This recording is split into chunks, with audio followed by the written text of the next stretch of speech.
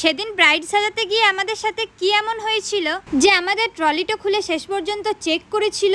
তো গাইজ চলো ব্যাপারটা তোমাদেরকে প্রথম থেকে বলি। তো সেদিন সকাল সকাল ঘর থেকে বেরোন গেছিলাম আমি আর আমার বান্ধবী একটা ব্রাইড সাজাতে যাওয়ার জন্য। আর ব্রাইডটা কিন্তু আমাদের গ্রামেই ছিল, সেজন্য আমরা হেঁটে হেঁটে ট্রলিটা সাথে করে নিয়ে গেছিলাম। আর বিয়েটা ছিল কিন্তু আমাদের পাড়ারই একটা কাকুর মেয়ে, মানে আমাদের বোন বলতে পারো আর কি। আর এইদিকে আমি এখন ভয়েস ওভার করছি আর বাইরে পড়ছে ঝমঝমিয়ে বৃষ্টি, আর আমাদের তো টিনের চাল, সেজন্য একটু বেশি আওয়াজ করছে, তো তোমরা একটু অ্যাডজাস্ট করে নেবে। যাওয়ার পরেই কিন্তু আমার বান্ধবী কাজে লেগে পড়েছিল। আর সেদিন ছিল কিন্তু বোনটার গায়ে হলুদ। আর আমাদের গ্রামে গঞ্জে অনেক নিয়ম আছে, সবাই মিলে সেদিন কিন্তু একসাথে পুকুরে চান করতে যাই, মানে বান্ধবীদের সাথে। বোনটাও কিন্তু গেছিল সবার সাথে চান করতে।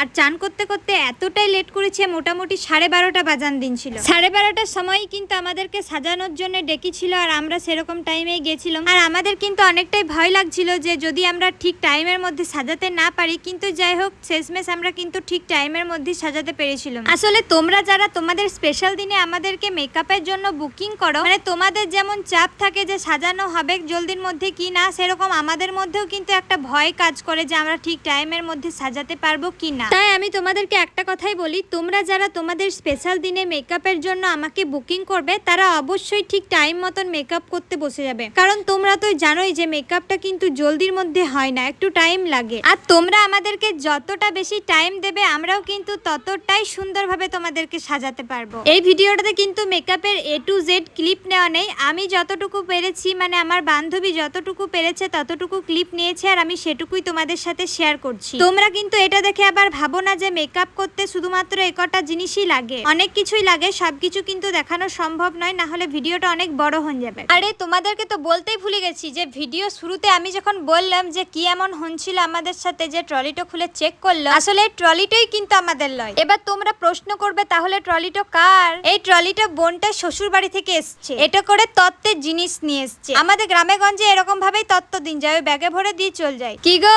তোমরা কি ভেবেছিলে?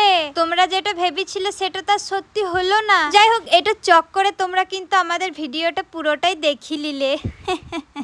এটাই তো ট্রিক। যাই হোক, বোনটা শ্বশুর বাড়ি থেকে কি কি জিনিস দিনছিল ওগুলো দেখার পরে আমরা কিন্তু আবার আমাদের কাজে লেগে পড়েছিলাম। জানো তো, আগে যখন আমি কলকা করতাম তখন আমার হাতটা খুব কাঁপতো, কিন্তু এখন করে করে অভ্যাস হয়ে গেছে বলে আর হাতটা কাঁপে না। সেরকমই ভিডিওটাও অনেকে আমাকে জিজ্ঞাসা করে যে তোমরা ক্যামেরার সামনে কিভাবে এত সুন্দরভাবে কথা বলতে পারো, আমরা কেন পারি না, আমাদের কেন লজ্জা লাগে। আসলে কি জানো তো, আমিও যখন প্রথম প্রথম ভিডিও করতাম ক্যামেরার সামনে কথা বলতে আমারও খুব লজ্জা লাগতো, কিন্তু রোজ রোজ বলতে বলতে আমাদেরও অভ্যাস হয়ে গেছে, এখন আমাদেরও আর ক্যামেরার সামনে লজ্জা লাগে না কথা বলতে। এটা কিন্তু সবকিছুর ক্ষেত্রে, যে কাজটাই তোমরা বারবার করে করবে সে কাজটাই কিন্তু আরো ভালো হবে আর সুন্দরভাবে করতে পারবে। যাই হোক, এত বকবক করতে করতে দেখো সাজানো আমার কমপ্লিট হয়ে গেছিল, আর এটাই ছিল সেদিনকে ওর ফাইনাল লুক। আর এই লুকটা তোমাদের কেমন লাগছে অবশ্যই কমেন্ট করে জানিও। আর আমার কাজ যদি তোমাদের ভালো লেগে থাকে তাহলে অবশ্যই তোমাদের স্পেশাল দিনে আমাকে বুকিং করতে পারো যে কোনো ধরনের মেকআপের জন্য। আর আমার সাথে কন্ট্যাক্ট করার জন্য তোমরা যেখান থেকে ভিডিওটা দেখবে, ফেসবুক অথবা ইনস্টাগ্রাম,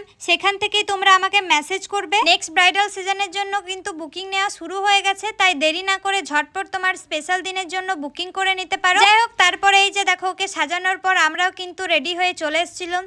আর এইদিকে হচ্ছিল ব্রাইডের ফটোশ্যুট। আর ওকে সাজানোর পর বাড়ি গিয়ে আমরাও শাড়ি পরে রেডি হয়ে আস্তে আস্তে অনেকটাই লেট হয়ে গেছিল। তারপর আবার ফটোশ্যুট করতে করতে ভিডিও করতে করতে অনেকটাই লেট হয়ে গেছিল, মোটামুটি 5টা বেজে গেছিল। তখন আমরা খাবার খেতে বসেছিলাম। আর তোমাদেরকে তো আগেই বললাম যে পাড়ার একটা কাকুর মেয়ের বিয়ে, সেজন্য আমাদের কিন্তু সেদিন ওখানে ইনভাইটও ছিল। আর বাইরে পড়ছিল প্রচুর পরিমাণে বৃষ্টি আর মেঘও করেছিল, সেজন্যই পুরো অন্ধকার দেখাচ্ছিল। যাই হোক, এই ব্লগটা আমি এখানেই শেষ করছি। তোমরা সবাই ভালো থেকো, সুস্থ থেকো। আর কে কোথা থেকে আমার ভিডিও দেখছো আর কে কে শেষ পর্যন্ত দেখলে অবশ্যই কমেন্ট করে জানাবে, তাহলে নেক্সট ভিডিওতে তোমাদের নামগুলো বলবো।